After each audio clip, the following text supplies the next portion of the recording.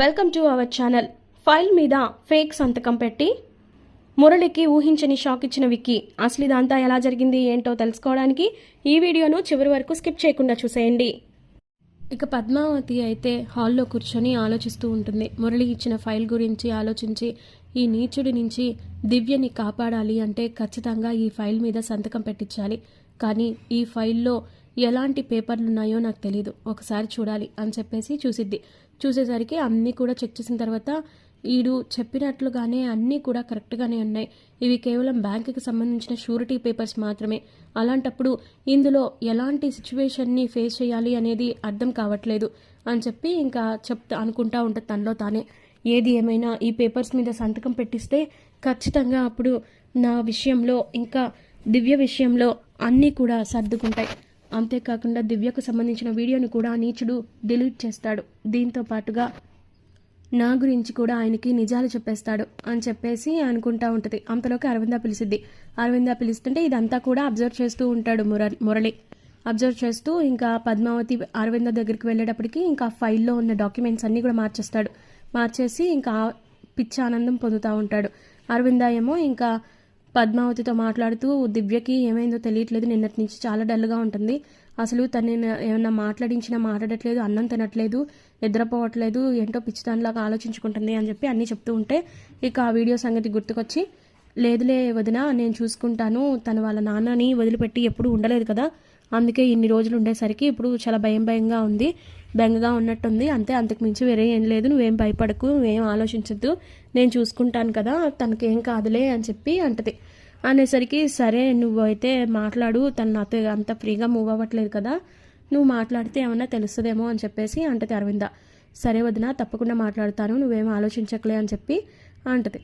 అన్న తర్వాత ఇంకా మరో పక్క వచ్చిన తర్వాత ఇంకా ఈ లోపేమో మురళి డాక్యుమెంట్స్ మార్చేసి ఫేక్ ఫైల్ని తీసుకొని వెళ్ళిపోతాడు. ఫైల్ని తీసుకెళ్ళిపోయిన తర్వాత ఇంకప్పుడు ఆ ఫైల్ని పట్టుకొని విక్కీ దగ్గరికి వెళ్ళబోతుంటే ఆర్య వస్తాడు. ఆర్య వచ్చి పద్మావతి నేను అర్జెంటుగా ఆఫీస్కి వెళ్ళాలి, ఒక ఇంపార్టెంట్ మీటింగ్ ఉంది, కొంచెం ఈ ఫైల్స్ మీద విక్కీ సంతకం పెట్టించు అని అంటే సరే బావగారు అని చెప్పేసి అంటది. అలా 2 ఫైల్స్ని తీసుకొని వెళ్ళి విక్కీ దగ్గరికి వెళ్ళింది పద్మావతి. వెళ్తుంటే ఇంకా మురళి ఏమో పైశాచిక ఆనందం పొందుతాడు. ఆహా ఇది కదా మూమెంట్ అంటే, ఇప్పుడు ఆ ఫైల్స్ మీద విక్కీ సంతకం పెడితే చాలు, ఈ యావదాస్తి నా పేరు మీదకి వస్తుంది, ఇక ఆ తర్వాత నన్ను ఇంకా ఎవ్వరూ కూడా ఏమి చేయలేరు, ఇక ఆ తర్వాత నా నిజస్వరూపం బయట పెడతాను అని చెప్పేసి అనుకుంటా ఉంటాడు తనలో తానే. ఇక మరోపక్క పద్మావతి ఏమో విక్కీ దగ్గరికి వెళ్ళేది కదా, ఏమండి నేనేమి మీ పనిని డిస్టర్బ్ చేయడానికి రాలేదు, ఈ ఫైల్స్ మీద బావగారు సంతకాలు పెట్టించమన్నారు, అందుకే వచ్చాను అని చెప్పి అంటూ ఉంటే ఇంక వాటి మీద సంతకాలు పెట్టించమని నిన్ను పంపించడం ఏంటి, వాడు రావచ్చు కదా అంటే లేదండి ఏమైందో తెలియదు కానీ ఏదో పని ఉందంట, అందుకే అర్జెంటుగా వెళ్ళిపోయారు అని చెప్పేసి అంటూ ఉంటే సరే అయితే ముందు నేను పెట్టేస్తాను అని చెప్పేసి సంతకాలు పెడతా ఉంటాడు. మురళి ఇదంతా చూస్తుంటే నాకు అంతా కలిసొచ్చే కాలంలానే కనిపిస్తోంది, ఇక మీదట నన్ను ఓడించే వాళ్ళు ఎవ్వరూ ఉండరు, ఎస్ నేను అనుకున్నది సాధిస్తున్నాను అని చెప్పి ఇంకా తనలో తానే పైశాచిక ఆనందం పొందుతాడు. ఇక మరోపక్క పద్మావతి ఏమో కావాలని ఇక మజ్జిగ తాగిన తర్వాత మీరు నన్ను ఒక్కటే అని, మీరు నేను ఒక్కటే అని గుండె చప్పుడు వినిపించారు, ప్రేమ అన్నారు, అది ఇది అని చెప్పి గుర్తు చేస్తూ ఉంటుంది పద్మావతి. అలా గుర్తు చేస్తూ ఉంటే విక్కీ ఏమో ఇంకా జరిగింది తలుచుకొని ఇంకా ఇప్పుడు నువ్వేంటి, ఎందుకు నన్ను ఇరిటేట్ చేస్తున్నావు, ఎన్నిసార్లు చెప్పాలి, నీకు సిగ్గనేది లేదా అని చెప్పి తిడుతుంటే పద్మావతి ఏమో అది కాదు సారు, నేను ఇప్పుడు ఏమన్నానని మామూలుగానే కదా మాట్లాడాను అని చెప్పి అంటూ ఉంటే ఇక అప్పుడు లేదు అసలు నిన్ను మాట్లాడొద్దని చెప్తున్నాను కదా అని చెప్పి అంటాడు విక్కీ. అయితే ఎంత వీలైతే అంత త్వరగా ఈ సైన్స్ పెట్టేసి పద్మావతిని పంపించేస్తే ఇక మీదట నాకు ఎలాంటి ప్రాబ్లం ఉండదు అని చెప్పేసి మనసులో అనుకుంటాడు. అలా ఇంకా మురళి చేంజ్ చేసిన డాక్యుమెంట్స్ మీద కూడా సంతకం పెట్టేసిన తర్వాత ఇంకా మురళి అయితే వెళ్ళిపోతాడు. ఎస్ నేను అనుకున్నది సాధించాను అని చెప్పేసి ఇంకా తనలో తానే అనుకుంటాడు. మరోపక్క పద్మావతి ఏమో ఆ ఫైల్ని చూసి ఏది ఏమైనా ఈ నీచుడు వీడియో ఇవ్వకుండా తన నిజం అంతా కూడా బయటకు చెప్పకుండా అప్పుడు నేనేం చేయాలి, అలా జరగడానికి వీల్లేదు, అందుకే ఏది ఏమైనా కూడా ఈ ఫైల్ని అప్పటి వరకు ఎక్కడైనా జాగ్రత్తగా దాచిపెట్టాలి అని చెప్పి ఒక బ్రీఫ్ కేసులో లాకర్ ఉంటుంది, ఆ లాకర్ ఉన్న బ్రీఫ్ కేసులో దాచిపెట్టిద్ది. పెట్టిన తర్వాత ఇంకా బయటికి వెళ్ళిన తర్వాత ఇక మరోపక్క ఇదంతా చూసిన మురళి అయితే ఇంకా రూమ్లోకి వచ్చి డాన్స్ చేస్తాడు. ఎస్, పద్మావతి ఇంకా ఫైల్స్ మీద సంతకం పెట్టించింది. ఇక మీదట నాకు తిరగలేదు. ఏది ఏమైనా కూడా నేను ఇదంతా సాధించుకుంటాను. ఎంత సాధించుకుంటాను అంటే ఇక నన్ను ఆపేవారు ఎవ్వరు ఉండరు.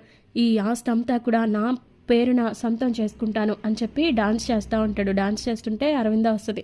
అరవింద వచ్చి, ఏమైందండి మీకు ఈ మధ్య చాలా వింతగా ప్రవర్తిస్తున్నారు, అసలు ఎందుకు మీరు ఇలా ప్రవర్తిస్తున్నారో నాకు అస్సలు అర్థం కావట్లేదు అని చెప్పి అంటూ ఉంటే, అది ఏం లేదు రానమ్మా, నేను బాగానే ఉన్నాను.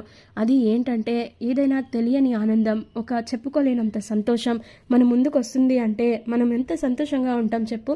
అందుకే ఇదంతా కూడా, ఈ ఆనందం అంతా దాందే, అంతకు మించి వేరే ఏం లేదు. అంటే ఇప్పుడు మీకు అంత ఆనందం ఏమొచ్చింది అని అరవింద అడుగుతుంది. అడిగేసరికి అది కాదు, అది ఏంటంటే నా ఉద్దేశం ఈ ఆస్తి అంతా నా సొంతం అవుతుంది కదా, అంతకు మించిన ఆనందం ఏముంటుంది అని చెప్పి మాట్లాడతాడు. మురళి అలా మాట్లాడంగానే ఒక్కసారిగా ఇంకా అరవింద అయితే షాక్ అయిపోద్ది. ఏమంటున్నారు అని అంటే, అది కాదు, నా క్లయింట్ ఒకడికి తనకి దక్కాల్సిన ఆస్తి మొత్తం దక్కింది, అది కూడా నా వల్ల. మరి అలాంటప్పుడు నాకు ఆనందం ఉంటుంది కదా అరవింద అని చెప్పి అంటే, మరీ అంత ఆనందపడకండి, కొన్నిసార్లు పరిస్థితులు రివర్స్ కూడా అవ్వచ్చు, అందుకే దేనికి అంత ఆనందపడకూడదు అని చెప్పి అంటే, మురళి ఏమో లేదు, నేను అనుకున్నది సాధిస్తాను, ఖచ్చితంగా నేను అనుకున్నది అవుతుంది అని చెప్పి అంటూ ఉంటే, సరే మీరు అంత ఆనందంగా ఉంటే నాకు కూడా సంతోషమే కదా అని చెప్పి అంటది. ఇక ఆ తర్వాత అరవింద వెళ్ళిపోయిన తర్వాత మురళి ఏమో, ఏది ఏమైనా ఇంకొన్ని రోజుల్లో నేను అనుకున్నది సాధిస్తాను, ఇక ఎట్టి పరిస్థితుల్లోనూ ఈ విషయంలో నాకు అడ్డుపడేది ఎవరూ ఉండరు, ఎలాగో యుఎస్ వెళ్ళిపోతే ఇంకా విక్కీ 20 days వరకు రాడు, ఈ లోపు నేను అంతా చక్కబెట్టేస్తాను అని చెప్పి అంటాడు. అనుకుంటుంటే ఇంకా నైట్ అయిన తర్వాత డిన్నర్ కదా, డిన్నర్ టైంలో ఇంకా అరవింద ఇంకా అందరూ వచ్చేస్తారు డైనింగ్ టేబుల్ దగ్గరికి. అరవింద అందరూ వచ్చేసిన తర్వాత ఇక నారాయణకేమో బాంబు పేలి మొహం ఇదైపోయింది కదా, దాంతో మాస్క్ పెట్టుకుంటాడు. మాస్క్ పెట్టుకునేసరికి ఇంకా అక్కడ నారాయణ ఇంకా కుచలా కామెడీ చేస్తూ ఉంటారు. అందరూ ఏమో ఇంకా ఇలా అయిందా అని చెప్పేసి నవ్వుకుంటారు. ఇక మొత్తం విషయం చెప్పిద్ది, లక్ష్మి బాంబు పెట్టుకున్నారు నోట్లో అలా పెట్టుకునేసరికి ఇంక ఇలా అయింది అది అని చెప్పి అంటూ ఉంటే ఇక అలా నవ్వుకుంటారు. మరో పక్క దివ్య ఏమో అలా డల్గా ఉండడం చూసిన పద్మావతి, దివ్య జరిగిపోయిన వాటి గురించి ఆలోచించుకొని బాధపడి భోజనం చేయకపోతే ఎలా చెప్పు అని అంటే, నాకేమీ తినాలని లేదు, నాకు ఏమీ చెప్పుకోవాలని లేదు, దయచేసి నన్ను వదిలేయండి అని చెప్పి అంటూ ఉంటే, చూడు, జరిగిపోయినవన్నీ ఇచ్చేస్తూ మనం భోజనం మానేసి బాధగా ఉంటే మనల్ని సాధించాలని ఉన్న వాళ్ళు మాత్రం ఎంతో సంతోషంగా ఉంటారు. అలా కాకుండా మనం ఒక్కసారిగా వాళ్ళకి ఎదురు నిలబడి సమాధానం చెప్తే అప్పుడు వాళ్లే తోక ముడుచుకుంటారు. కాబట్టి దివ్య, నువ్వు ఇక మీదట ఎవరి గురించి ఆలోచించుకు, నీకొచ్చిన సమస్య పెద్ద సమస్య కాదు, అది ఇట్టే తీరిపోతుంది అని చెప్పి అంటూ ఉంటే, ఇంట్లో వాళ్ళేమో ఇదేంటి పద్మావతి ఇలా చెప్తున్నావు అని అంటే, ఏం లేదండి, తనకు ఒక మోటివేషన్గా ఉంటుందని చెప్తున్నాను అంతే, అంతకుమించి వేరే ఉద్దేశం ఏం లేదు అని చెప్పి అంటది.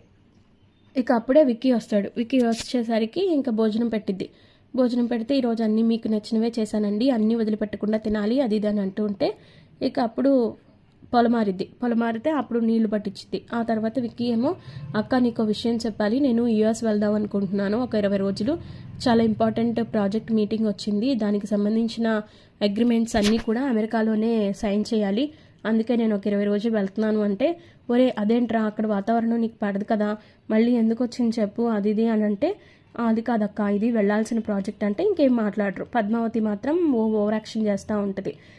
ఏంటి అలా వెళ్ళిపోతే ఎలా కుదురుతుంది, మీరు లేకుండా నేను ఉండలేను, పైగా మీకు అక్కడ వాతావరణం పడదు, అక్కడ ఫుడ్ పడదు, మరి అలాంటప్పుడు మీరు ఇబ్బంది పడితే నేను తట్టుకోలేను, మీరు వెళ్ళొద్దు సారు, ప్లీజ్ ఇక్కడే ఉండండి, ఇక్కడి నుంచే ఎన్నో ప్రాజెక్ట్స్ చేసుకున్నారు కదా అంటే, ఇంకా అరవింద ఏమో, అయితే ఈ ప్రోగ్రామ్ని స్కిప్ చేసుకోరా అని అంటది. అంటే లేదక్క, ఇది చాలా ప్రెస్టీజియస్ ప్రాజెక్ట్ అండ్ చాలా ఇంపార్టెంట్ అని అంటూ ఉంటే, ఇంకా అప్పుడు నానమ్మేమో, అయితే నీతో పాటు పద్మావతిని కూడా తీసుకెళ్ళు అని అంటది. అంటే ఇంకా అప్పుడు నారాయణ ఇంకా అరవింద అలాగే మొత్తం అందరూ సపోర్ట్ చేస్తారు, ఒక్క మురళి తప్ప. మురళి ఏమో, అసలు ఏం మాట్లాడుతున్నారు మావయ్య, మీకు ఏమన్నా అర్థమవుతుందా, అక్కడ విక్కీ పనిలో ఉంటే ఎలా ఉంటాడో మీకు అందరికీ తెలిసిందే కదా, మరి అలాంటప్పుడు విక్కీ ఇప్పుడు పద్మావతిని కూడా తీసుకెళ్తే తను చాలా ఇబ్బంది పడిపోద్ది, ఒక్కతే అయిపోద్ది అక్కడ, పైగా ఫుడ్ ఇంకా లాంగ్వేజ్ ప్రాబ్లం అన్నీ వస్తాయి, అలాంటప్పుడు తనని అలా ఎలా వదిలేస్తారు అక్కడ అది ఇది అని చెప్పి అంటాడు. అంటే ఇంకా అప్పుడేమో నారాయణ, అదేం ఉండదులే, పద్మావతిని బాగానే చూసుకుంటాడు విక్కీ, బాగానే చేస్తాడులే, హ్యాండిల్ చేసుకోవడం పెద్ద కష్టమేం కాదు, అయినా పద్మావతి ఎక్కడన్నా హ్యాండిల్ చేసుకుంటుంది అని చెప్పి అంటూ ఉంటే ఇక అప్పుడు ఆర్య ఏమో అవును నాన్న చెప్పింది కరెక్టే, ఎట్లా అయినా సరే పద్మావతి హ్యాండిల్ చేసుకుంటుంది, అదే కరెక్ట్, తను వెళ్ళడమే మంచిది అని అంటాడు. అంటే కుచలా ఏమో అవునండి ఏం మాట్లాడుతున్నారు, అలా ఏం కాదు, పద్మావతి ఇబ్బంది పడిద్ది, అయినా ఇప్పుడు విక్కీ వెళ్ళేదేమన్నా టూర్కా కాదు కదా, అలాంటప్పుడు తనని ఎలా ఇచ్చేస్తారు అని చెప్పి అంటూ ఉంటాడు. అంటే ఇంకా అప్పుడు నువ్వే నోరు మూసుకో అని చెప్పి నారాయణ అయితే కుచలా నోరు మూపిస్తాడు. ఇక అరవింద కూడా అవునరా ఏది ఏమైనా నువ్వు పద్మావతిని వదిలి వెళ్ళొద్దు, ఎలా అయినా సరే పద్మావతిని తీసుకెళ్ళు నీతో పాటు, ఏమైంది ఇప్పుడు తను కూడా నీతో పాటు ఉంటుంది, నీకు కావాలంటే నీకు అన్నీ కావాల్సినవన్నీ అరేంజ్ చేసి పెట్టిద్ది అని చెప్పి అంటూ ఉంటే లేదక్క నా వల్ల పద్మావతి ఇబ్బంది పడినా బాధపడినా నేను తట్టుకోలేను కదా, నా వల్ల ఎవరు ఇబ్బంది పడద్దు, పైగా పద్మావతి అస్సలు ఇబ్బంది పడద్దు, ఇక మీదట నేను హ్యాండిల్ చేసుకుంటాను, నేనైతే వెళ్ళాలి ఇది ఫిక్స్ అని చెప్పేసి ఇంకా భోజనం చేసిన తర్వాత వెళ్ళిపోతాడు. వెళ్ళిపోయిన తర్వాత పద్మావతి ఏమో బాధపడుతూ ఉంటుంది. ఇక మురళి ఏమో ఎస్ నేను అనుకున్నది సాధించాను, ఈ పద్మావతిని ఎక్కడికి వెళ్ళనివ్వను. ఇక ఆ తర్వాత పద్మావతి ఏమో బాధపడుతూ ఉంటుంది. ఇంకా మురళి ఏమో మనసులో ఈ 20 డేస్లో ఎలాగైనా సరే మొత్తం సెట్ చేసేయాలి, ఈ విషయంలో ఇంకా ఏ మార్పు ఉండకూడదు, ఇక ఈ ఆస్తి మొత్తం నేను దక్కించుకుంటాను, అలాగే పద్మావతిని కూడా ట్రాప్ చేస్తాను, ఇక దివ్య విషయం కూడా క్లోజ్ చేసేస్తాను, ఇక ఈ విషయంలో ఇంకెలాంటి మార్పు ఉండదు అని చెప్పి ఇంక తనలో తానే అనుకుంటూ నవ్వుకుంటూ ఉంటాడు. ఇక ఆ తర్వాత విక్కీ ఏమో లోపలికి వెళ్ళిపోతాడు.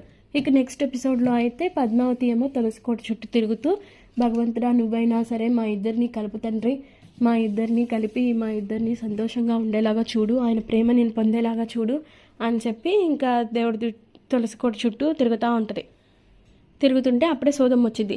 సోదం వచ్చి విడిపోయే బంధాన్ని ఆపడం కష్టమే తల్లి, నువ్వు ఎంత లాగాలి అనుకుంటే అంత వెనక్కి వెళ్ళిపోతూ ఉంటుంది, అయినా నువ్వు అనుకున్నది సాధించాలంటే నీ ప్రేమ మాత్రమే నీకు అడ్డుగా ఉంటుంది అన్నట్టు మాట్లాడిద్ది. అలా మాట్లాడుతుంటే మొత్తం అంతా షాక్ అయ్యిద్ది. అలాగే ఇంకా నీ పెనిమిటి గనక ఈ ఇంటి నుంచి బయటికి వెళ్తే ఇక ఎప్పటికీ తిరిగిరాడు, ఆ తర్వాత నువ్వు అతని కోసం ఎంతలా ఇచ్చేసినా కూడా ఇంకా ఏమీ చేయలేవు, కాబట్టి నువ్వు ఏదైనా సాధించాలి అనుకున్నా లేకపోతే నీ భర్త విక్కీ దగ్గరికి వెళ్ళి నా వల్ల కదా మీరు వెళ్ళిపోతున్నారు, మీరు వెళ్ళొద్దు నేనే వెళ్ళిపోతాను అని చెప్పి పద్మావతి అంటది విక్కీతోటి. అప్పుడు విక్కీ ఒక్కసారిగా షాక్ అయిపోతాడు. ఇక రాబోయే కథలో ఖచ్చితంగా ఇలా అయితే జరిగిపోతుంది, ఇలాగే జరగాలని అనుకునే వాళ్ళు ఖచ్చితంగా మా వీడియోను లైక్ చేయండి. మరిన్ని ఇలాంటి ఇంట్రెస్టింగ్ అప్డేట్స్ కోసం మా